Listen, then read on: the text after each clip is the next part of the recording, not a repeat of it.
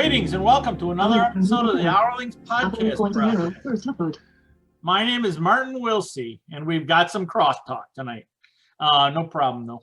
Tonight we're going to be talking about brainstorming, and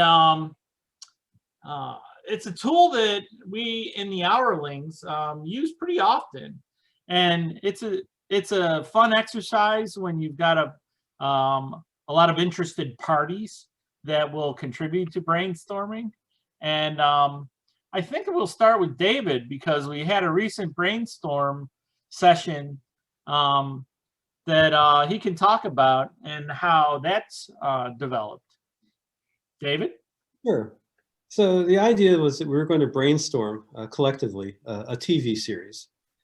We wanted to do something that maybe could be done on a realistic budget. So let's say something that wasn't completely set in space or on other planets like The Expanse, but something that could be more like X-Files or Warehouse 13 or something like that, that was a science fiction plot, but in a real world.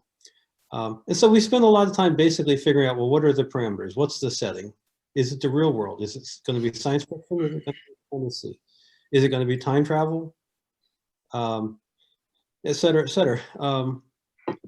We worked out that the hero was going to be an immortal, and we were aware of other shows like Highlander and such that also featured an immortal. So we wanted to go in a totally different direction with it. And so there was a lot of brainstorming about, like I said, the setting. It's important to have conflict. So what kind of groups would be competing with each other? What kind of dangers would face an immortal if anybody found out that they were immortals? So again, I think we had about 10 or 11 people participating in it. And before we were done, we had a fleshed out background. We had a main character, we had an antagonist, we had some supporting characters, we had a number of possible plot lines, and we had the beginnings of a pretty interesting background for an entire series, something that could be a television series or a series of books. Mm-hmm. I liked it enough that I'm actually planning on moving forward with it, with a novel. Yeah, it was interesting on that particular Sunday when we had writers group. We ended up doing this exercise during writers group because there was no submissions that week. It was the rare week that we had nobody submit any pieces of writing. So we had time. We still had 12 people that got together, and it's really fun to brainstorm stuff out like that. It's amazing the amount of ideas that get tossed about rapidly with no holds barred. It's really fun. And since we were using Zoom, we recorded it. So yeah, easy for me to come back afterwards. Mm-hmm. And I must have taken about 6 pages of notes from because we brainstormed for 2 solid hours with 10 or 11 people, and it was a pretty cool experience. It's also kind of cool to brainstorm like a TV series where you don't have to worry about things like contracts. Sure, we can do that with special effects. We don't care, Right. It's just us. Mm-hmm. Yeah, well, the way in the end David typed it all up, and actually, it was like 12 pages of outlines and characters and settings and premise and a lot of different stuff, and it's really good stuff. Oh, absolutely. And then we gave you another round of feedback. Really head start on moving forward with. I think it should be a novel. Make that happen, pal. Definitely, dude. You got novels coming out every month. There's the next month. I'm working on it. Mm-hmm. So, yeah, in kind of the same vein, a couple weeks ago, Jeffrey brought forth. He had his full outline for the novel that he's working on, and we did a different kind of brainstorm associated with that, because when you have the outline and you're not really talking about the specifics of a chapter or a scene or anything that we're working on, it came out very interesting how that worked. Go ahead and tell us your impressions of it being on receiving end of all that. It was a very interesting thing. Now, that was a very difficult week for me for various personal reasons, but I did get at least the rudiments of an outline together. I had a lot more information that I wanted to convey, but I never had a chance to in terms of the character outlines and all that. But certainly the beat points, I went into gross detail on terms of the beat points that I wanted to hit in the novel. And I got some really good advice. Certainly stuff that, I mean, let me be honest, I was a little bit down that week for various, again, personal reasons, but and a bit down on my ability to accomplish what was going on. But I listened, and I do have the recording. I can go back to it, and I never dismiss anything. I may say it just won't work, but I don't dismiss it. And that's the thing, is you can't let this situation just say, okay, fine, I give up, I'm done. No, that's never should be your answer. It should always be, how can I fit this into the context of what I'm trying to accomplish? Well, that's one of the great things about brainstorming too. Yeah, yeah. You just throw ideas out there, Mhm. you know, and then see what sticks later. Yeah. That's what I love about it. Right. It's also low cost, and by that, Yeah. I mean, from like I'm in my day job, capital letters, which pays the bills. I write software, and there's an ad software that you know, you can design all you want. It's not that expensive. Once you've started implementing stuff, if you change the design, there's a cost to it. And if you've already finished the software and shipped it, then there's even more cost if you have to. Yes. So the thing is, you could be writing a novel, but you know, if you can brainstorm it to your heart's content and explore the strengths and weaknesses and possible plot changes or plot twists, what they might or might not do to your story. And you guys gave me really good advice in terms of like how that third act would play out, or that the second and third acts would play out in terms of, you know, someone getting fired, not necessarily getting fired, but getting reappointed and you know, taking off the project for other means because it made more sense. And that actually did help a lot. So obviously brainstorm, because your friends will help you. They know what they're talking about.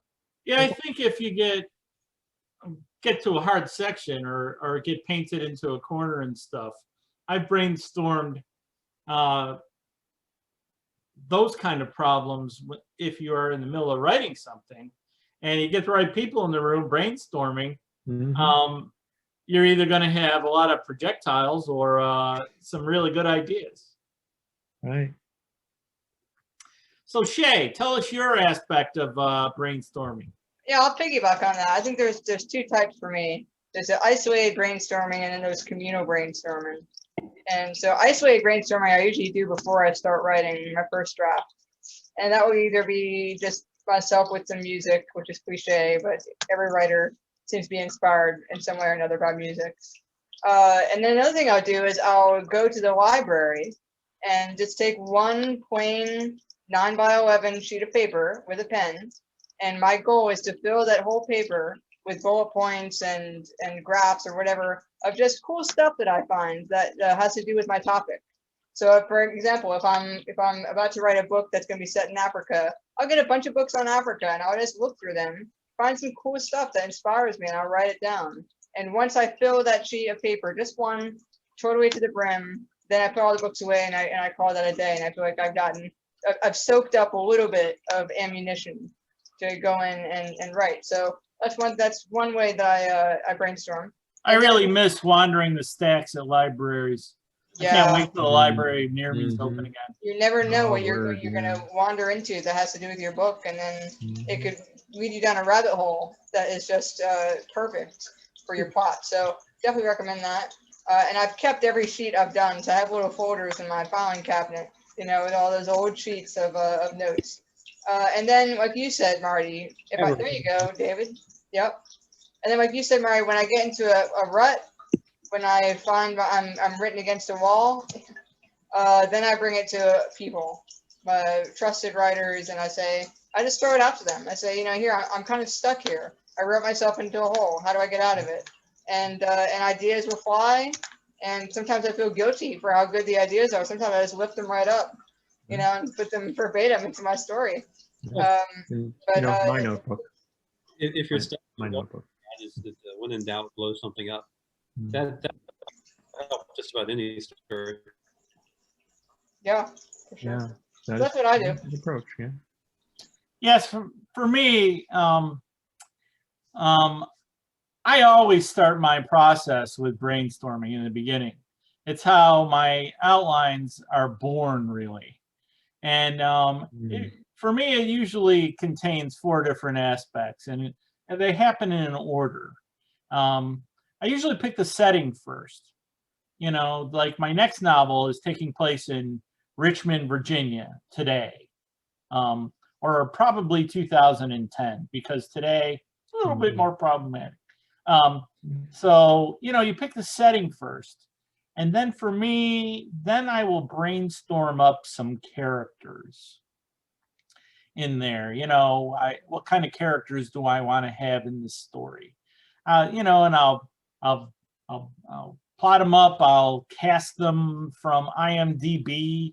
You know, I'll do little bios of each of the characters, and then usually I'll come up with, you know, the way Stephen King puts it is, then he releases the monsters. And so usually that's the point where I come up with whatever the conflict's going to be and whatever the goal's going to be for this story, and brainstorming those out. And then finally, after all of that is built, I will start outlining the plot with all those things already in my mind. Now, I do that by myself sometimes. Sometimes I have gotten a lot of great brainstorming while drinking bourbon and camping in the summertime over the campfire with my buddies who are all big sci-fi readers. It's really great doing it with them. I've gotten some really great idea out of those guys, and I always have to thank them in the acknowledgments. So if you look at those names in the backs of my books, I camp with half of those people. And so for me, you know, those 4 components: setting, characters, the challenge and goal, and then the plot finally, is the way I actually execute my brainstorming. And it has served me well so far. And then outlines are the very next step. So it's really great having a big ass whiteboard in my office to be able to do that. And a lot of times I actually will need 9 feet of whiteboard to be able to actually sort out a good brainstorm. Yeah. So, and it's a lot of fun. I love doing that. That's like why the one that we did with David Writers Group the other day, it was really fun. And it snapped, 2 hours goes by in no time at all. It's amazing. It's really great. That's very cool. You start off with brainstorming. For me, brainstorming is usually like step 2. Step 1, I usually have some idea. It could be a setting, it could be a character, it could be the particular type of conflict I want. You know, an underdog against some big organization. And I don't necessarily know what the details are, but I know something that I want from the story. Well, all of it's got to start with the little grain to begin with. But if you're going to make pearls, you got to start somewhere. Yeah, yeah. That's true. But I mean, I suspect it's a little bit different for everybody. But I think the biggest point here is that brainstorming is a way to kind of break you out of that rut. Right. By yourself or with the help of other people. Mm-hmm. Explore the probability space around this idea that you've been having and see what else can fit into it. I find it to be very inspirational too. It really gets excited about a new writing project. But don't do that until you finish your prior writing. Right. Just saying. Yeah. Sit down and write. I mean, this is the step. This is a step, but make sure you don't just leave and then say it's hopeless. Write. Take your advice and write. Get her done. Get her done. That's right. So, any last final points for this? Okay. I think that's another good, episode. Yeah, finally structured, my friend. Finally structured indeed. And I won't press the button too early this time. I'll let everybody start to wave first. Bye-bye. So we'll see you next time.